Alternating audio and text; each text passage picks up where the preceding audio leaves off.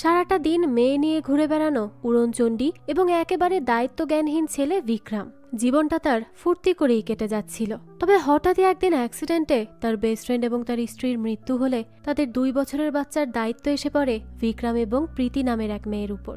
একে তো তারা দুজনেই ছিল অপরিচিত, তার উপর তাদের সবকিছু ছিল একেবারে আলাদা। তাই তো এই বাচ্চা সামলাতে গিয়ে তাদেরকে রীতিমতো হিমশিম খেতে হয়। এখন এটাই দেখার পালা যে দুজন মিলে কিভাবে এই ছোট্ট বাচ্চাকে সামলায়, আর কিভাবেই বা বিক্রমের মতো মানুষ শুধুমাত্র এই বাচ্চার জন্য হয়ে ওঠে একজন দায়িত্ববান পুরুষ। চলুন সেটাই দেখে আসা যাক আজকের গল্প মানামেতে।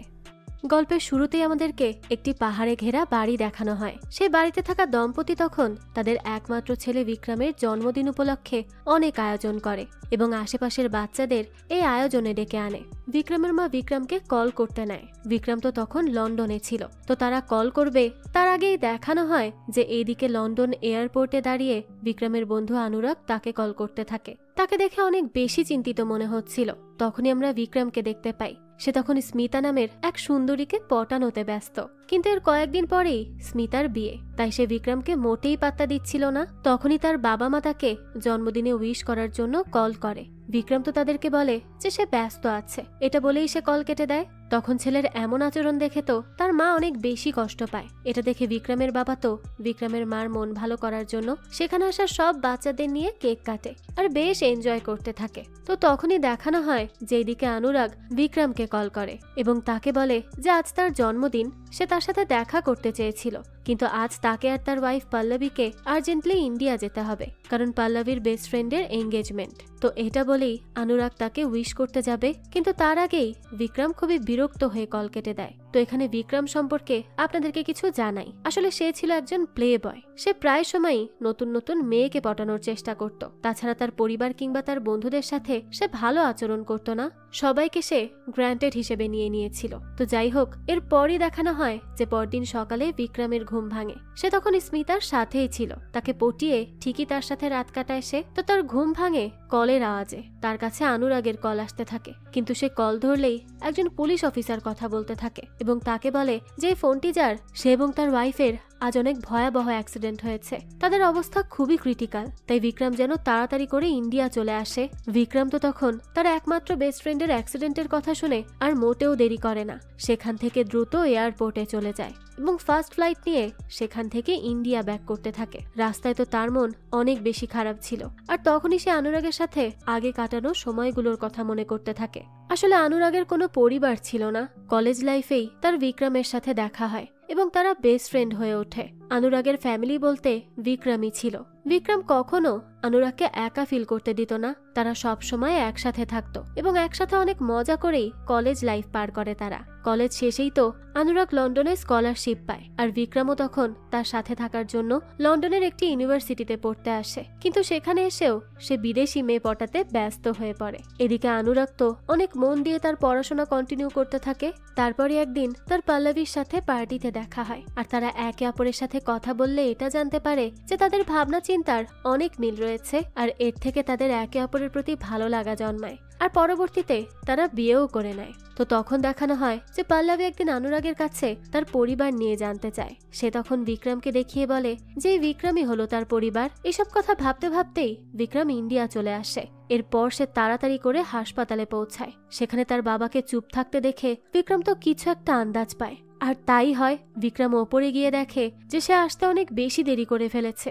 অলরেডি অনুরাগ এবং পল্লবী মারা গেছে। বিক্রম তো তখন একেবারে বাকরুদ্ধ হয়ে পড়ে। তার বুকের মধ্যে অনেক বেশি কষ্ট হতে থাকে। তখনই সেখানে তার কাছে তার বাবা আসে এবং তাকে একদিকে ইশারা করে তাকাতে বলে। তখনই আমরা সেখানে অনুরাগ এবং পল্লবীর বাচ্চা খুশিকে দেখতে পাই। বিক্রম তো তখন খুশির কাছে যায়, কিন্তু তার কান্না দেখে সে আর সেখানে দাঁড়িয়ে থাকতে পারে না। কিন্তু যখন সে বেরিয়ে আসবে তখনই খুশি তার হাত ধরে নেয়। এইটুকু একটা বাচ্চার এত কষ্ট দেখে বিক্রম তখন খুব কাঁদতে থাকে। কাঁদতে কাঁদতে সে বাইরে বেরিয়ে আসে।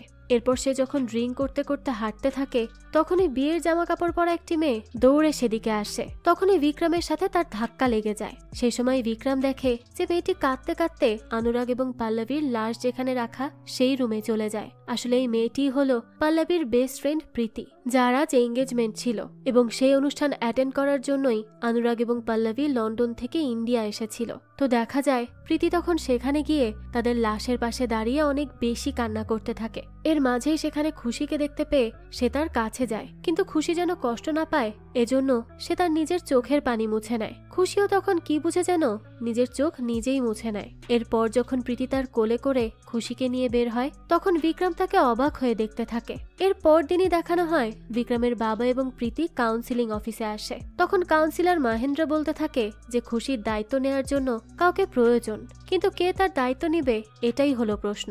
এই কথা শুনে তো প্রীতি খুবই বিরক্ত হয়ে বাইরে বসে থাকা বিক্রমকে দেখতে থাকে, কারণ বিক্রমের কাছে তখন খুশি ছিল কিন্তু সে বাচ্চাটার কোনো খেয়ালই রাখছিল না। এদিকে বিক্রমও তখন অনেক বেশি চাপের মধ্যে ছিল। যেই ছেলে কিনা নিজের কাজে ঠিকমতো করে না সে কিভাবে একটি বাচ্চার খেয়াল রাখবে। তো এদিকে দেখানো হয় মহেন্দ্র তাদেরকে বলে যে যেহেতু খুশি ইউকের সিটিজেন তাই ইউকের আইন বলছে যে খুশি তার দাদা দাদি বা নানা নানির সাথে থাকতে পারবে। বিক্রমের বাবা তখন এটা নিয়ে ইতস্তত বোধ করতে থাকে, কারণ অনুরাগের তো বাবা মা কেউ নেই, আর তাছাড়া পল্লবী অনুরাগকে তার বাবা মার না বলা সত্ত্বেও বিয়ে করেছে, যার জন্য তার বাবা মা তাদের বাচ্চা হওয়ার পরেও তাদের সাথে কোনো যোগাযোগ রাখেনি। আর এখন তাদের মৃত্যুর কথাও তারা কেউ তাদের জানাতে পারেনি, কারণ তারা তো কলই রিসিভ করে না। তো প্রীতির তখন পুরনো কথা মনে পড়ে। পল্লবী তাকে বলেছিল যে সে ভেবেছিল তাদের এই বাচ্চাটি হলে তার বাবা মা হয়তো তাকে মেনে নিবে, কিন্তু তারা এখনো তাদেরকে মেনে নেয়নি, যার জন্য তার বাচ্চার শেয়ার অনুরাগ ছাড়া কেউ নেই। তখন প্রীতি তাকে বলে যে কেউ নেই কে বলেছে, সে সব সময় তার বাচ্চার পাশে আছে। তো প্রীতির এই কথা মনে পড়লে সে মহেন্দ্রকে বলে যে সে খুশির দায়িত্ব নিবে আর তাকে অ্যাডাপ্টও করতে চায় সে। তখন মহেন্দ্র তাকে বলে যে সে যদি লন্ডনে থাকতে পারে তাহলে সে খুশির দায়িত্ব নিতে পারবে, কিন্তু প্রীতিকে তো দেখে মনে হচ্ছে যে সে বিবাহিত না। প্রীতি তখন বাইরে তাকিয়ে দেখে যে বিক্রম এখনো খুশির খেয়াল রাখছে না। এর জন্য সে তাড়াতাড়ি করে মহেন্দ্রকে বলে যে তার এঙ্গেজমেন্ট হয়ে গেছে, 4 মাস পরই তার বিয়ে, কিন্তু সে তার ফিয়ন্সে এবং পরিবারের সাথে কথা বলে তাদেরকে খুশিকে অ্যাডপ্ট করার বিষয়টা জানাবে আর তাদেরকে ঠিকই মানিয়ে নিবে। এটা বলেই সে খুশির কাছে যাওয়ার জন্য সেখান থেকে বের হয়। তখন মহেন্দ্র তাকে বলতে থাকে যে এখন আবেগের বশে এসে তার এভাবে একটি বাচ্চার দায়িত্ব ঘাড়ে নেওয়ার কোনো প্রয়োজন নেই, কিন্তু প্রীতি তো তখন তার কোনো কথাই শোনে না। সেখান থেকে সে খুশির কাছে চলে যায়। এরপরে মহেন্দ্র বিক্রমের বাবাকে বলতে থাকে যে প্রীতি যা বলছে তা কখনো হয় না, এজন্য সে ইউকে সরকারের সাথে কথা বলে যতদিন না খুশির কোনো ব্যবস্থা হচ্ছে ততদিন তাকে একটি অনাথ আশ্রমে রাখার ব্যবস্থা করাবে। কিন্তু তখনই বিক্রমের বাবা তাকে বলে যে সে যেন এসব কথা না বলে, খুশির জন্য তারা তো আছে। তো মহেন্দ্র তখন সেখান থেকে প্রীতি এবং বিক্রমকে একসাথে দেখে আর বিক্রমের বাবাকে বলে যে তার ছেলেও তো লন্ডন থেকে মাস্টার্স করছে, তাই তার কাছে খুশিকে তাদের কাছে রাখার একটি উপায় আছে, আর তা হলো বিক্রম এবং প্রীতিকে মিলে 4 মাসের জন্য অনুরাগের বাসায় থাকতে হবে আর খুশির দেখাশোনা করতে হবে। তাই সে বিক্রমের বাবাকে বলে হয় সে প্রীতি এবং বিক্রমকে এটা করতে রাজি করাক, না হলে খুশির নানা নানিকে রাজি করাক। তো তখন বিক্রমের বাবা যখন বিক্রমের কাছে গিয়ে এই কথা জানায় তখন তো বিক্রম যেন আকাশ থেকে পড়ে। সে তার বাবাকে বলে যে তার দ্বারা বাচ্চা সামলানো একেবারেই অসম্ভব, সেটা 4 থেকে 5 মাসের জন্য হলেও সে পারবে না। তার বাবা তখন তাকে অনেক বোঝানোর চেষ্টা করে, কিন্তু সে তো তার কোনো কথাই শোনে না। এদিকে তখন প্রীতিকে দেখানো হয় তার বাবা মা তাকে বলতে থাকে যে সে কেন এভাবে একটি বাচ্চার দায়িত্ব নিতে যাচ্ছে, আর তাছাড়া তার বিয়ে সামনে, আর এর মধ্যে সে একটা দেশে গিয়ে থাকবে এবং সেখানে গিয়ে একটি ছেলের সাথে এক বাসায় থাকবে। এটা শুনে তার শ্বশুর বাড়ির লোকেরাই বা কি বলবে। তখন প্রীতি তাদেরকে বলে যে তারা যেন তার শ্বশুর বাড়ির লোকেদেরকে একটু বুঝিয়ে দেয় সে কোনোভাবেই খুশিকে একা ছাড়বে না। তো এরপরই সে এই বিষয়ে বিক্রমের সাথে কথা বলতে যায়, কিন্তু বিক্রম তখন তাকে বলে যে সে এখন এই বিষয়টা প্র্যাকটিক্যালি ভাবছে, কিন্তু প্রীতি আবেগের বশেই সিদ্ধান্ত নিচ্ছে। তো প্রীতি তখন তাকে বোঝানোর চেষ্টা করে, কিন্তু বিক্রম তো তার কোনো কথাই শুনতে চায় না। এরপরই দেখানো হয় সেখানে প্রীতির কাছে তার বাবা আসে। সে তার বাবাকে বলে যে তার চিন্তার কোনো কারণ নেই, সে তাকে এটা ওয়াদা করছে যে খুশির বিষয়টার জন্য তার ফিয়ন্সেকে সে রাজি করিয়েই নিবে। এদিকে তখন বিক্রম তার সিদ্ধান্তে অটুট ছিল। তখন তার বাবা তাকে একটা কথাই বলে যে সে কি চায় যে অনুরাগের বাবা মা যেমন তাকে ছেড়ে দিয়েছিল ঠিক তেমন অবস্থা খুশিরও হোক। এই কথা শুনে তখন বিক্রম চুপ হয়ে যায় আর সে এবার খুশির দেখাশোনা করতে রাজি হয়। তো পরদিনই তারা দুজন মিলে কাউন্সিলর মহেন্দ্রর কাছে যায় এবং খুশিকে অ্যাডপ্ট করে নেওয়ার জন্য লিগ্যাল পেপারে সাইন করে। তখন মহেন্দ্র তাদেরকে বলে যে তাদের উপর কিন্তু অনেক বড় একটি দায়িত্ব এসে পড়েছে, আর একটি বাচ্চার খেয়াল রাখা কিন্তু অতটাও সহজ না যতটা তারা মনে করছে। তো তারা যেন খুশির ভালো করে খেয়াল রাখে, আর যদি এর মধ্যে কোনো সমস্যা হয় তাহলে ইউকে সরকার খুশিকে কোনো অনাথ আশ্রমে পাঠিয়ে দেওয়ার ব্যবস্থা করবে। প্রীতি তো তখন নিশ্চিন্তে সাইন করে আর খুশির কাছে চলে যায়, কিন্তু বিক্রমের জন্য সাইন করা অনেক কষ্টের হয়ে যাচ্ছিল। সে তখন তখন তার বাবাকে বলতে থাকে যে সে এত ভালো বাবা হয়েও তাকে মানুষ করতে হাঁপিয়ে গেছে, তাহলে তার মতো এত অগোছালো এবং দায়িত্ববোধহীন মানুষ কিভাবে একটা বাচ্চার খেয়াল রাখবে। তখন তার বাবা তাকে বলে যে তারও তো ভাবার দরকার নেই, সে এখন তাড়াতাড়ি সাইন করুক। তো বিক্রমেরও তখন আর করার কিচ্ছু ছিল না, তাই সে সেখানে সাইন করে দেয়। এরপরই দেখানো হয় তারা তিনজন মিলে ইউকে যেতে থাকে। তখন প্রীতি দেখে যে বিক্রম তো প্লেনের মধ্যে এয়ার হোস্টেসদের সাথে ফ্লার্ট করছে। এটা দেখেই তো প্রীতি বিক্রমের চরিত্র সম্পর্কেও জেনে যায়। যাক, তো এরপরই তারা লন্ডনে ল্যান্ড করে অনুরাগদের বাসায় আসে। সেখানে এসে তো খুশি অনেক বেশি খুশি হয়ে যায়। সে বাসার মধ্যে দৌড়ে গিয়ে সেখানে তার বাবা মাকে খুঁজতে থাকে, কিন্তু এই অবুঝ শিশুটা তো জানতোই না যে তার বাবা মাকে আর সে কখনোই দেখতে পাবে না। তখনই প্রীতি খুশির কাছে যায় আর তাকে খেলনা দিয়ে তার মন ঘোরানোর চেষ্টা করতে থাকে। অন্যদিকে তখন বিক্রমকে দেখানো হয় সে তো সেখানে গিয়ে একটা রুমে তার আর অনুরাগের অনেকগুলো ছবি দেখতে পায়। আসলে অনুরাগ বিক্রমের জন্যই এই ঘরটা তার ছবি দিয়ে সাজিয়ে রেখেছিল। এটা দেখে সে অনেক ইমোশনাল হয়ে যায়। তখনই তাদের আর একজন বন্ধু বিক্রমকে বলতে থাকে যে সে খুশিকে না চিনলেও খুশি তাকে তার জন্ম থেকেই চেনে। তো এটা শুনে বিক্রম বলে যে খুশির বাবা মা যদি তাকে তার ছবি দেখিয়ে এটা বলতো যে এই লোকটা হলো একটা রাক্ষস, তাহলে খুশি কখনোই তার সাথে থাকতে চাইতো না আর সে ঝামেলা থেকে বেঁচে যেত। তো এর কিছুক্ষণ পরেই বিক্রম ছাদে হাওয়া খাওয়ার জন্য যায়, কিন্তু সেখানে গিয়ে পাশের বাসার দিকে তাকাতেই সেখানে সেই স্মিতাকে দেখতে পায়। তাকে দেখেই তো তার সেই দিনের কথা মনে পড়ে যখন সেই স্মিতার বাসা থেকে অনুরাগের অ্যাক্সিডেন্টের কথা জেনে বের হয়েছিল। তখনই স্মিতা তাকে বলেছিল সে যেন মেইন গেট দিয়ে বের না হয়, কিন্তু তবুও বিক্রম তাড়াহুড়ো করে সেখান থেকে গেলে তার বাড়ির লোকজন তাকে দেখে ফেলে। আর এটা নিয়ে তো স্মিতা বিক্রমের উপর অনেক বেশি রেগেছিল। বিক্রম এসব নিয়ে ভাবছিল, তখনই প্রীতি এসে তাকে বাজারের লিস্ট দিয়ে দেয় আর তাকে বাজার করে আনতে বলে। তাকে সে আরো জানায় যে কাল তারা অনুরাগের এখানকার বন্ধু বান্ধবদের জন্য ছোট করে একটা শ্রাদ্ধের আয়োজন করবে। বিক্রম তখন স্মিতার ভয়ে তাড়াতাড়ি করে সেই লিস্ট নিয়ে বের হয়ে যায়, কিন্তু এরপরই দেখানো হয় যে সে বাজার করার বদলে তার বন্ধুকে নিয়ে রাত পর্যন্ত ঘুরে বেড়ায় এবং অনেক ড্রিঙ্কও করে।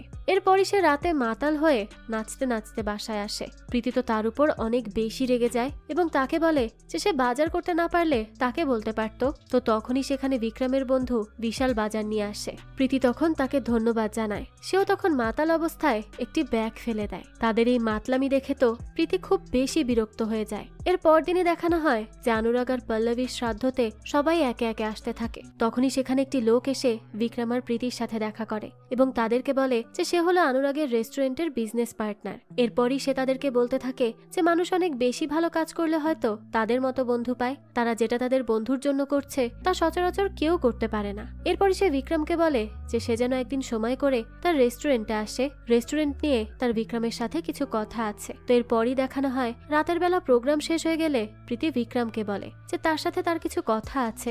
সে বলে যে তার জব হলো সকাল 8টা থেকে বিকেল 6টা পর্যন্ত। তো এই সময়ে বিক্রমের কি কোনো কাজ আছে? বিক্রম তখন বলতে থাকে যে তার সব কাজ তো আসলে রাতের সময়। তখন সে বিভিন্ন ক্লাবে গিয়ে মেয়েদেরকে পটাতো, এছাড়া বাকি সময়গুলোতে সে ফ্রি আছে। প্রীতি এসব শুনে তাকে বলে যে তাহলে বিকেল পর্যন্ত বিক্রম খুশির খেয়াল রাখবে। এরপর অফিস থেকে এসে প্রীতি খুশির খেয়াল রাখবে।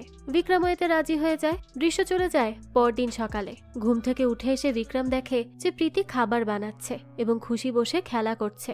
তো সবাই তখন কাজের প্রেসারে থাকলেও বিক্রমের তো কোনোই প্রেসার থাকে না, কারণ তার তো কোনো কাজই নেই। যাক, তো এরপরে প্রীতি তার কাজের জন্য বেরিয়ে যাওয়ার আগে বিক্রমকে বলে যে সে খুশির খাওয়ার জন্য খাবার বানিয়ে রেখেছে, বিক্রম যেন তাকে একটু খাইয়ে দেয়। তখন বিক্রম তাকে বলে যে সে খুশিকে নিয়ে একটু বেশিই চিন্তা করছে। তখন প্রীতি তাকে বলে যে সে আসলে বিক্রমকে নিয়ে চিন্তায় আছে, কারণ তার দায়িত্ব জ্ঞান খুব কম।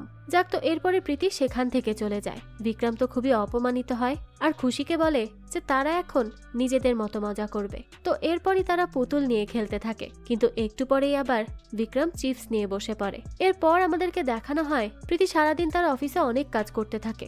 অন্যদিকে দেখানো হয় হঠাৎ করেই খুশি অনেক কান্না করতে শুরু করে। বিক্রম তো অস্থির হয়ে তার কাছে যায় এবং তার কি হয়েছে সেটা বোঝার চেষ্টা করে, কিন্তু না, খুশি তো তার কান্নাই থামায় না আর বিক্রমও বুঝতে পারে না তার কি হয়েছে। যাক, এরপরই তারা দুজন ক্লান্ত হয়ে সেখানেই ঘুমিয়ে পড়ে। তো প্রীতি বিকেলবেলা বাসায় আসলে দেখে পুরো বাড়ি একদম এলোমেলো করে রাখা আর এক কোনায় খুশি এবং বিক্রম ঘুমিয়ে আছে। তো প্রীতি আসলে বিক্রমের ঘুম ভেঙে যায়। সে তো নাচতে নাচতে বাইরে চলে যায়। এরপর রাতে যখন সে বাসায় আসে তখনও সে খুশিকে কাঁদতে দেখে। প্রীতি তখন তার কাছে এসে বলে যে সে তাকে কি খাইয়েছে যে খুশি এখনো কান্না করছে। বিক্রম তাকে বলে যে তার বানানো শাকসবজি খুশি একদমই খেতে চাচ্ছিল না, এই জন্য সে তাকে চিপস এবং বিস্কুট খাইয়েছে। এই কথা শুনেই তো প্রীতি বিক্রমের উপর অনেক বেশি রেগে যায় এবং তাকে বলে যে এত ছোট একটা বাচ্চাকে সে এইসব খাবার কিভাবে খেতে দিল। তখন বিক্রম তাকে বলে যে তার উপর এত চিৎকার চেঁচামেচি না করে গুগলে সার্চ করলেই তো হয়। তো তার এরকম গা ছাড়া ভাব দেখে প্রীতি অনেক বেশি বিরক্ত হয়। এরপরই তারা দুজন না পারতে খুশিকে ডাক্তারের কাছে নিয়ে যায়। ডাক্তার তাদের সামনেই খুশির চেক আপ করে এবং খুশির কাছে জিজ্ঞেস করে যে তার কি পেটে ব্যথা আছে। খুশি তখন মাথা নেড়ে হ্যাঁ জানায়। প্রীতি ডাক্তারকে বলতে থাকে যে খুশির জন্য যে খাবার বানিয়ে রেখেছিল সে, বিক্রম যদি তাকে তাই খাওয়াতো তাহলে এমনটা কখনোই হতো না। তখন ডাক্তার তাকে বলে যে সে খুশির জন্য কি খাবার বানিয়ে রেখে গিয়েছিল। খুশি বলে সে তার জন্য সেদ্ধ করা শাকসবজি রেখে গিয়েছিল। ডাক্তার তখন হতাশ হয়ে বলে যে এইটুকু বাচ্চাকে শাকসবজিও খেতে দেওয়া যাবে না, তাকে এখন লিকুইড খাবার খাওয়াতে হবে। তো এরপরই সে তাদের কাছে জানতে চায় যে তারা কয়দিন হলো খুশির দায়িত্ব নিয়েছে। প্রীতি জানায় যে এই তো 3 দিন হলো। তখন ডাক্তার বলে যে এই 3 দিনের মধ্যে তারা একদিনও খুশিকে গোসল করায়নি, তাছাড়া তার ডাইপারটাও চেঞ্জ করেনি। তো এটা শুনেই তো প্রীতি বিক্রমের দিকে তাকায় এবং তাকে বলে যে তাকে না সে খুশিকে গোসল করানোর কথা বলে গেল, সে কেন তাকে গোসল করায়নি। তো এভাবেই তো তাদের মধ্যে ঝগড়া শুরু হয়ে যায়। তখনই ডাক্তার তাদের কোনো মতে থামায় আর বলে যে এরপর থেকে যেন তারা খুশি ঠিক করে খেয়াল রাখে। আর তার পেটে ব্যথার জন্য সে এখন ওষুধ লিখে দিচ্ছে। যদি কালকে বিকালেও পেটে ব্যথা থাকে তাহলে তারা যেন খুশিকে আবারও তার কাছে নিয়ে আসে। তো প্রেসক্রিপশন নিয়ে প্রীতি আর বিক্রম আবারও ঝগড়া শুরু করে এবং এই ঝগড়ার মধ্যে তারা সেখানে খুশিকে না নিয়েই চলে যেতে থাকে। তখন ডাক্তার তাদেরকে ডেকে বলে যে তারা তো বাচ্চাকেই ভুলে রেখে চলে যাচ্ছে। প্রীতি তখন আবারও ব্যাক করে আর দ্রুত খুশিকে নিয়ে যায়। তখন ডাক্তার তো হতাশ হয়ে ভাবতে থাকে না জানি এই বাচ্চাটির কপালে কি আছে। তো এর পরদিনই দেখানো হয় যে প্রীতি অফিসে গেলে বিক্রম খুশির খেয়াল রাখতে থাকে, কিন্তু এর মাঝে যখন সে একটু খাবার খেতে যাবে তখনই সে অদ্ভুত গন্ধ পায় আর গন্ধ পেয়েই সে খুশিকে তুলে নিয়ে তাড়াতাড়ি করে বাথরুমে যায়, অর্থাৎ সে পটি করে দিয়েছিল। এরপরই সে কোনোভাবে খুশির ডাইপার চেঞ্জ করে, কিন্তু এরপর থেকে যখনই সে কোনো কিছু খেতে বসে তখনই খুশি এসে তাকে তার ডাইপার চেঞ্জ করে দেওয়ার জন্য বলে। বিক্রম তো এটা করতে করতে খুবই ক্লান্ত হয়ে যায়। এরপর সে বিকালে প্রীতিকে কল করে এবং তাকে জিজ্ঞেস করে সে কখন আসবে। প্রীতি তাকে বলে যে আজ তার বাসায় ফিরতে লেট হবে, তাই সে যেন 7টার সময় খুশিকে নিয়ে ডাক্তারের কাছে চলে যায়। বিক্রম তো তখন উবার নিয়ে খুশির সাথে ডাক্তারের কাছে যেতে থাকে। তখনই পথে তার বাবা তাকে কল করলে বিক্রম তাকে বলতে থাকে যে সে নিজে 2 দিন পর পর গোসল করে আর এদিকে আজ খুশিকে তার 20 বার গোসল করাতে হয়েছে, সে এগুলো আর করতে পারছে না। তখন তার বাবা তাকে বলে যে সে আজ খুশির নানা নানির সাথে দেখা করেছে এবং তাদের সাথে খুশির ব্যাপারে কথাও বলেছে।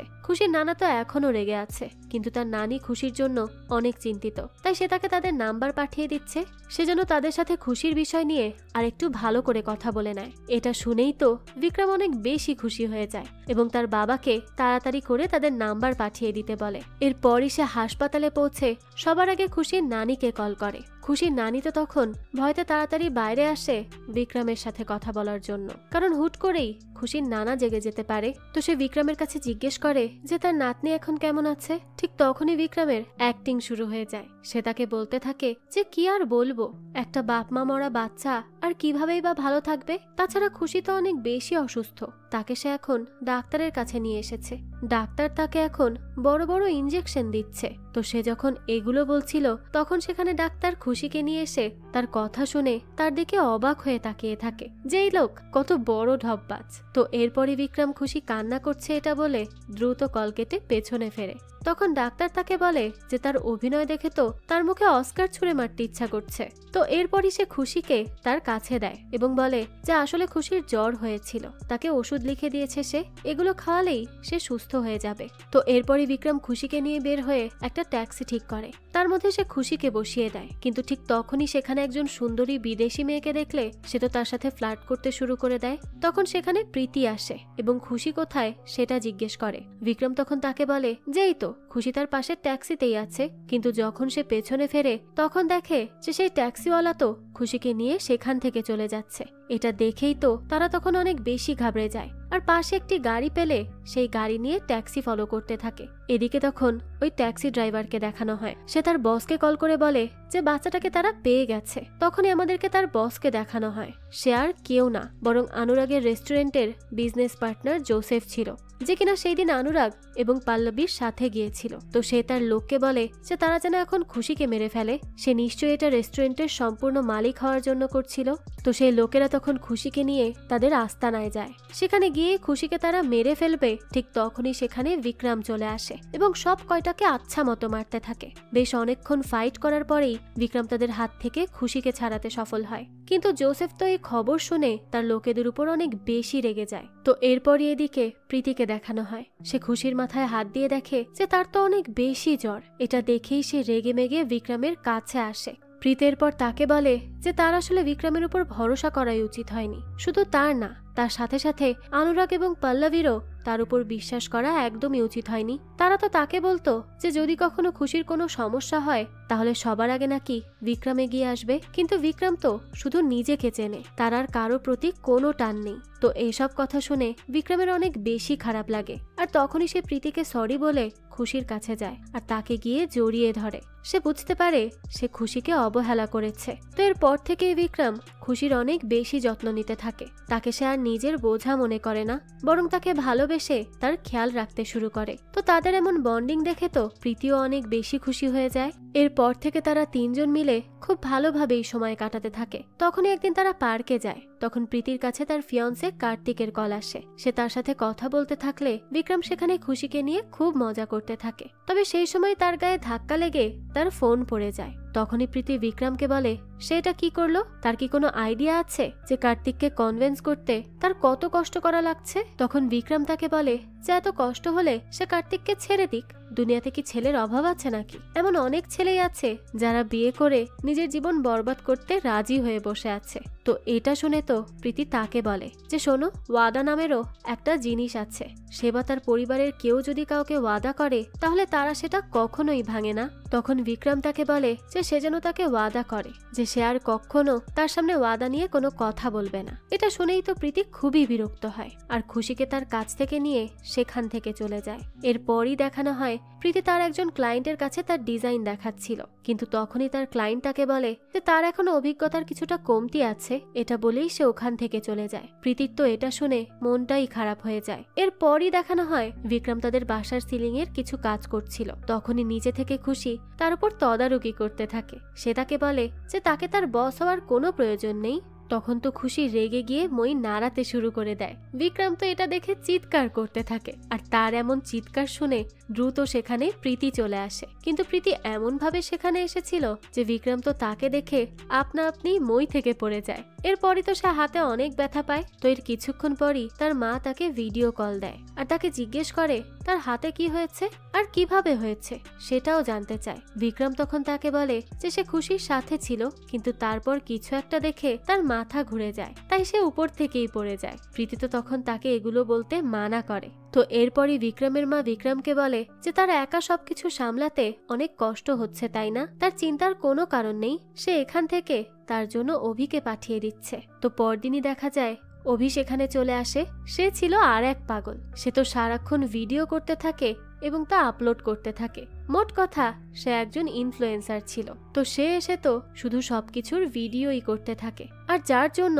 বিক্রম আর প্রীতি তো অনেক বেশি বিরক্ত হয়ে যায়, কিন্তু তারা তাকে কিছু বলতেও পারে না। যাক, তো এরপরই দেখানো হয় যে বিক্রম, অভি আর প্রীতি মিলে অনুরাগের বাসার স্টোর রুম পরিষ্কার করতে থাকে। তখনই খুশি এসে বিক্রমের কাছে একটি ডায়েরি দেয়, আর এই দেখে অভি যখন একটি বক্স নিয়ে যাচ্ছিল তখনই তার হাত থেকে ভুল করে বক্সটি পড়ে যায়। সেখানে বেশ কিছু কাগজপত্র ছিল। প্রীতি তখন পড়ে যাওয়া কাগজপত্র তুলতে গেলে সেখানে একটি নোটিশ দেখতে পায়, যেখানে লেখা ছিল যে অনুরাগ তার রেস্টুরেন্টের জন্য তার এই বাসা বন্ধক রেখে ব্যাংক থেকে লোন নিয়েছে, আর তা যদি সে পরিশোধ করতে না পারে তাহলে এই বাসা ব্যাংক নিলামে তুলবে। তো এটা শুনে তো তখন বিক্রম বলে যে তাহলে তো এখন তাদের রেস্টুরেন্টে যাওয়ার সময় এসে গেছে। তো এরপরই তারা সেই রেস্টুরেন্টে যায়, কিন্তু সেখানে গেলে সে দেখে যে রেস্টুরেন্টের কর্মচারীরা তাদের দিকে রাগান্বিত হয়ে তাকিয়ে আছে। তো ঠিক এরপরই সেখানে জোসেফ আসে এবং তাদেরকে বলতে থাকে যে তাদের তাহলে ফাইনালি এখানে আসার সময় হয়েই গেছে। প্রীতি তখন তাকে বলে যে তারা এই কোর্টের নোটিশ নিয়ে কথা বলতে এসেছে। তখন জোসেফ তাদের বলে যে সে অনুরাগকে ব্যাংক থেকে লোন নিতে মানা করেছিল, কিন্তু রেস্টুরেন্ট বাঁচানোর জন্য সে তার বাড়ি বন্ধক রেখে অনেকগুলো টাকা লোন নেয়। আর এইদিকে তাদের এই রেস্টুরেন্ট 6 মাস ধরে বন্ধ রয়েছে। তো তখনই বিক্রম রেস্টুরেন্টটা ঘুরে ঘুরে দেখতে থাকে। তখন সে একটা জায়গায় তার আর অনুরাগের নাম দিয়ে বানানো একটি লোগো দেখতে পায়। এই লোগোটি অনুরাগ তাদের কলেজ লাইফে বানিয়েছিল, আর এটা সে এখানেও রেখেছে। এটা দেখে তো সে আবারও ইমোশনাল হয়ে পড়ে। সে বুঝতে পারে অনুরাগ তাকে কতটা ভালোবাসতো। তো আবারও দেখানো হয় প্রীতি আর জোসেফকে। জোসেফ বলে যে রেস্টুরেন্টের লোনের টাকা তারা সঠিক সময়ে শোধ করতে না পারলে অনুরাগের বাড়িটি ব্যাংক নিয়ে নিবে, কিন্তু খুশির জন্য ওই বাড়িটি হলো শেষ সম্বল। তাই জোসেফ নিজেই সেই লোন শোধ করে দিবে, কিন্তু তার বদলে তাকে রেস্টুরেন্টের পুরো শেয়ার দিতে হবে। এটা শুনে তো প্রীতি তখন তাকে বলে যে তারা এই বিষয়ে ভেবে তাকে জানাবে। তো এরপরই তারা বাসায় আসতে থাকে। তখন রাস্তায় প্রীতি জোসেফের ব্যাপারে বিক্রমকে বলে যে তার কাছে এই লোককে একদমই সুবিধার বলে মনে হয়নি। সে তো অনুরাগের রেস্টুরেন্ট পুরোপুরি নিয়ে নেওয়ার জন্য তাদেরকে লোনের ভয় দেখাচ্ছে। তাই কেননা তারা এখন রেস্টুরেন্টটা রিডেকোরেট করে আবারও চালু করুক, আর তারপরে রেস্টুরেন্ট থেকে টাকা কামিয়ে তা দিয়ে তারা ব্যাংকের লোন শোধ করে দিবে।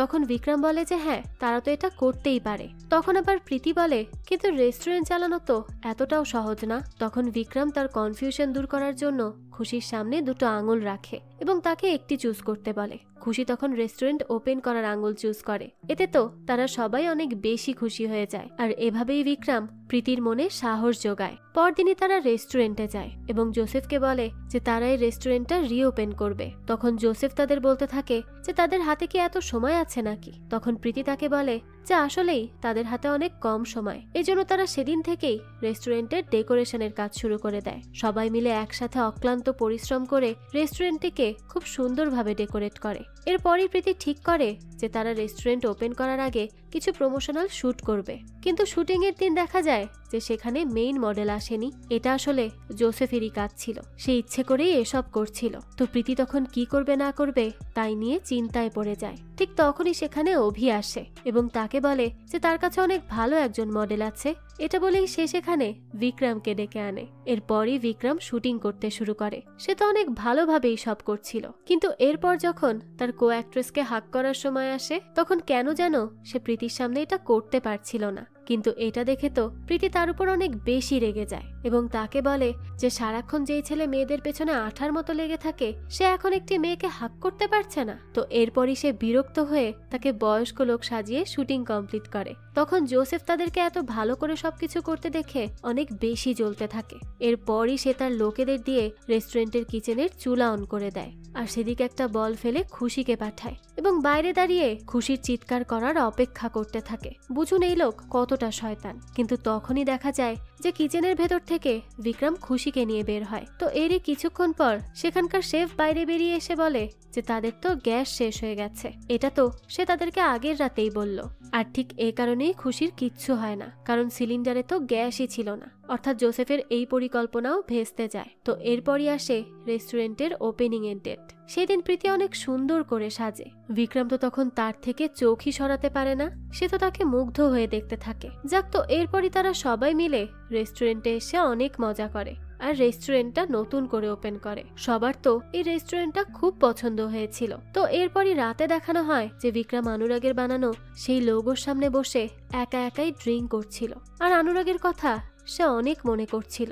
তখনই বিক্রমের কাছে তার বন্ধু বিশাল আসে এবং তাকে জিজ্ঞেস করে তার কি হয়েছে।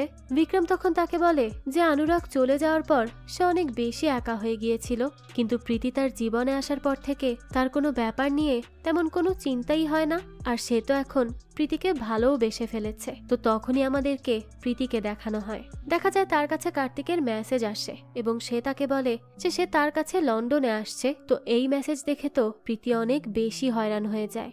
আবারও তখন বিক্রমকে দেখানো হয়, সে বিশালের সাথেই কথা বলছিল। ঠিক তখনই সেখানে বিক্রমের কাছে জোসেফ চলে আসে। বিক্রম তো তখন তাকে দেখে অনেক বেশি রেগে যায়, কারণ সে এটা খুব ভালো করেই বুঝতে পেরে গিয়েছিল যে জোসেফ আসলে খুশিকে মারতে চায় এই রেস্টুরেন্ট নিজের করে পাওয়ার জন্য। এর জন্যই তো তখন বিক্রম জোসেফ এবং তার লোকেদেরকে অনেক বেশি মারধর করতে থাকে। এরপরই সে মাতাল হয়ে বলে যে সে এখন প্রীতির কাছে গিয়ে তার মনের কথা জানাবে। দেখা যায় সে সত্যি সত্যি প্রীতির কাছে চলে আসে এবং তাকে বলে যে প্রীতি তাকে ভালো মানুষ হতে শিখিয়েছে, এর জন্য সে তাকে কিছু বলতে চায়। কিন্তু সে প্রীতিকে কিছু বলবে তার আগেই সেখানে প্রীতির ফিয়ন্সে কার্তিক চলে আসে। এটা দেখে তো বিক্রম তখন সেখানেই অজ্ঞান হয়ে পড়ে যায়। পরদিন সকালে যখন বিক্রমের জ্ঞান ফিরে আসে তখন দেখা যায় কার্তিক তার জন্য চা বানিয়ে নিয়ে আসে, কিন্তু বিক্রম তো তখনও তাকে নিয়ে অনেক বেশি বিরক্ত ছিল। যাক, তো এরপর দেখানো হয় কার্তিক আসলে খুব ভালো মানুষ ছিল, এজন্য সে প্রীতির বিভিন্ন কাজে তাকে সাহায্য করতে থাকে। কিন্তু তখন তাকে আর প্রীতিকে একসাথে দেখে তো বিক্রম অনেক বেশি জেলাস ফিল করতে থাকে। তার তো এসব সহ্যই হচ্ছিল না, আর তখন সে নিজেই নিজের বড়াই করতে থাকে, বলতে থাকে যে সেও অনেক কাজ করেছে, অনেকভাবে প্রীতিকে সাহায্য করেছে। তো এরপরই দেখানো হয় কার্তিকের একটি কল আসে, তাই সে কথা বলার জন্য বাইরে চলে যায়। আর তখনই সে দেখে তাদের পাশের বাসার মেয়ে অর্থাৎ স্মিতার হলুদের প্রোগ্রাম চলছে। তখন তো কার্তিক এটা দেখেই প্রীতির কাছে জিজ্ঞেস করে যে তাদের প্রতিবেশী তাদেরকে তাদের প্রোগ্রামে ইনভাইট করেনি। তখন প্রীতি তাকে বলে যে হয়তো তারা প্রতিবেশীদের নিয়ে অত বেশি ভাবে না, এর জন্যই তাদেরকে ইনভাইট করেনি। কিন্তু তখনই কার্তিক নিজ থেকে স্মিতাদের বাসায় যায়। বিক্রমও তখন উকি দিয়ে স্মিতাদের বিয়ের প্রোগ্রাম দেখতে থাকে। তাকে দেখেই তো স্মিতার বাবা অনেক রেগে যায়, আর তার কিছুক্ষণ পরেই সে সেখানেই অজ্ঞান হয়ে পড়ে, কারণ সে তো তাকে আগেও দেখেছিল যে তার মেয়ের সাথে সময় কাটিয়ে বের হয়েছিল। সেটা মনে করেই সে এখন এত রেগে যায় যে অজ্ঞানী হয়ে পড়ে। বিক্রম তো তখন এটা দেখে উল্টো দিকে দৌড়াতে থাকে। এদিকে কার্তিক একজন ডক্টর ছিল, তাই সে স্মিতার বাবাকে ঠিক করে দেয়। ঠিক তখনই তার জ্ঞান ফিরলে সে কার্তিকের উপর অনেক বেশি খুশি হয় এবং তাকে আর তার বন্ধুদেরকে স্মিতার বিয়েতে ইনভাইট করে। এরপরই দেখানো হয় যে প্রীতি কার্তিককে নিয়ে তাদের রেস্টুরেন্ট দেখানোর জন্য আসে, কিন্তু তখন সে জোসেফের হাতে পায়ে মুখে আঘাতের চিহ্ন দেখে তাকে জিজ্ঞেস করে যে তার কি হয়েছে। জোসেফ তখন বলে যে সে আসলে সিঁড়ি থেকে পড়ে গিয়ে ব্যথা পেয়েছে। তো তখনই বিক্রমকে দেখানো হয় সে রেস্টুরেন্টেও প্রীতি আর কার্তিককে একসাথে দেখে অনেক বেশি কষ্ট পেতে থাকে। পরদিনই দেখানো হয় বিক্রম, কার্তিক, প্রীতি এরা সবাই মিলে স্মিতার সঙ্গীতের প্রোগ্রামে যায় এবং সেখানে গিয়ে অনেক ডান্স করতে থাকে। কিন্তু এখনো পর্যন্ত স্মিতা বিক্রমের উপর অনেক বেশি রেগেছিল। তো তখনই প্রীতি স্মিতা এবং বিক্রমকে একে অপরের সাথে অদ্ভুত আচরণ করতে দেখতে পায়, আর এটা দেখেই তো সে বুঝতে পারে যে নিশ্চয়ই এদের মধ্যে কিছু একটা হয়েছিল।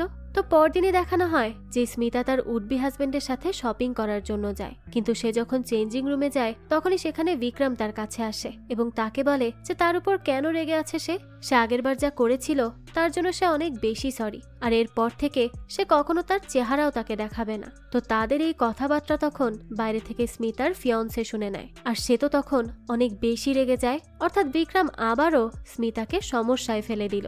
এরপরই দেখা যায় বিক্রম তো বিপদ দেখে তাড়াতাড়ি করে বাসায় চলে আসে, কিন্তু তার কিছুক্ষণ পরই সেখানে স্মিতা আসে এবং তাকে মারতে থাকে। সে তাকে বলে যে সে প্রত্যেকবার তাকে বিপদে ফেলে দিয়ে উধাও হয়ে যায়। তো এভাবে মারামারি করতে করতে এক পর্যায়ে বিক্রমের জামা কাপড়ই খুলে যায়, আর ঠিক তখনই সেখানে প্রীতি এবং কার্তিক চলে আসে।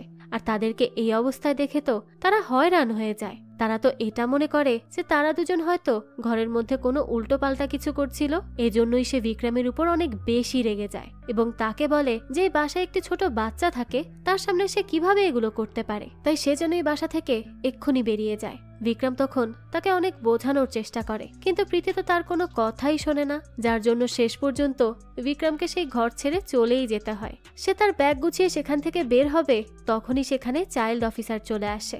বিক্রম তখন আবারও ঘরের মধ্যে ঢুকে পড়ে। তো এরপরই চাইল্ড অফিসার তাদেরকে বলে যে খুশির বাবা মার অনেক ইচ্ছা ছিল যে তারা খুশিকে একটি ফেস্টিভ্যালে নিয়ে যাবে। তো এখন যেহেতু তারা খুশির খেয়াল রাখছে, তাই তাদের উচিত খুশিকে নিয়ে সেই ফেস্টিভ্যালে যাওয়া। প্রীতি আর বিক্রম তো তখন এই কথায় রাজি হয়ে যায়।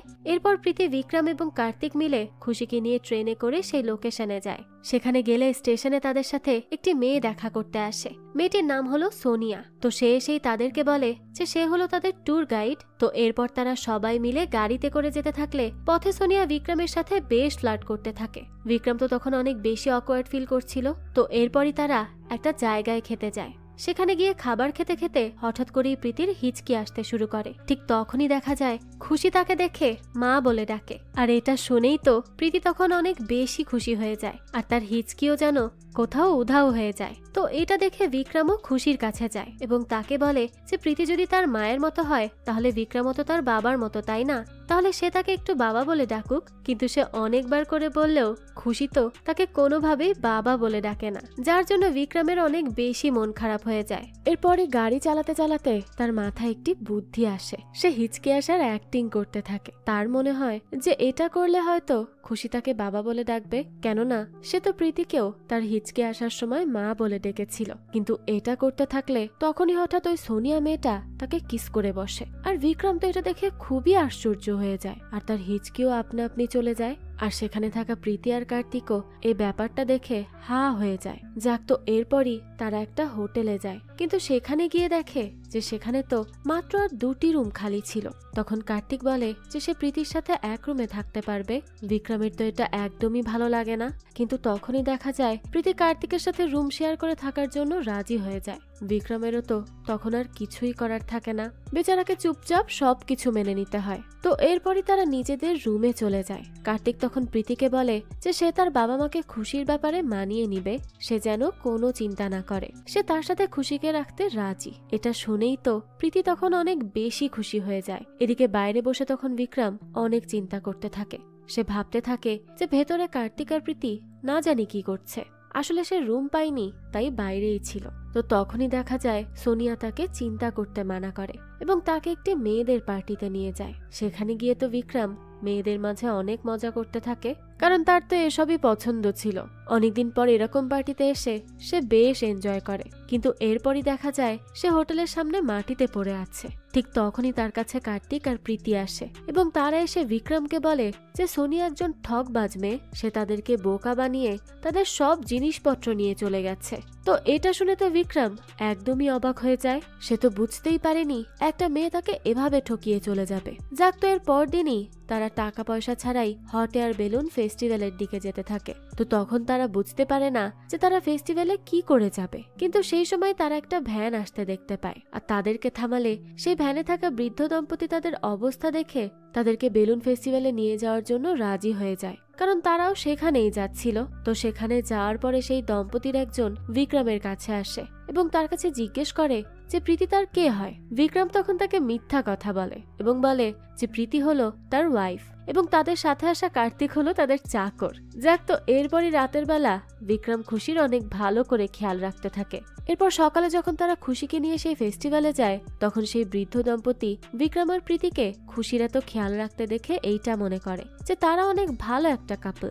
আর এর জন্য তারা খুশি হয়ে তাদেরকে হট এয়ার বেলুনের টিকিট দিয়ে দেয়। তারা তো তখন খুশির সাথে সেখানে গিয়ে অনেক বেশি মজা করে। তো এরপরই যখন তারা সেখান থেকে চলে যাচ্ছিল, তখন কার্তিক প্রীতিকে কিছু কথা বলতে থাকে। বিক্রম এসে তার মধ্যে অন্য কথা বলতে শুরু করে। এটা নিয়ে তো কার্তিক তখন অনেক বেশি রেগে যায় এবং বিক্রমকে কথা শোনাতে শুরু করে। সে বলে যে বিক্রমের দায়িত্বহীনতার জন্যই আজ তাদেরকে এত বড় একটা বিপদে পড়তে হয়েছে, কিন্তু বিক্রমের তো এতে কিছুই যায় আসছে না। তো বিক্রম তখন চুপ করে তার কথা শোনে, কারণ তার যে ভুল হয়েছে তা সে খুব ভালো করেই বুঝতে পারছে। তো এর জন্য সে নিজেকে পুরোপুরি পাল্টানোর চেষ্টা করে। বাসায় আসার পর থেকেই সে নিজেকে পাল্টানোর সম্পূর্ণ চেষ্টা করতে শুরু করে দেয়। তাছাড়া সে সকালে তাড়াতাড়ি উঠে রেডি হয়ে জবও খুঁজতে বেরিয়ে পড়ে। তাকে এভাবে চেঞ্জ হতে দেখে তো প্রীতি অনেক বেশি খুশি হয়। এরপরই দেখানো হয় যে বিক্রম তার চাকরিও পেয়ে গেছে।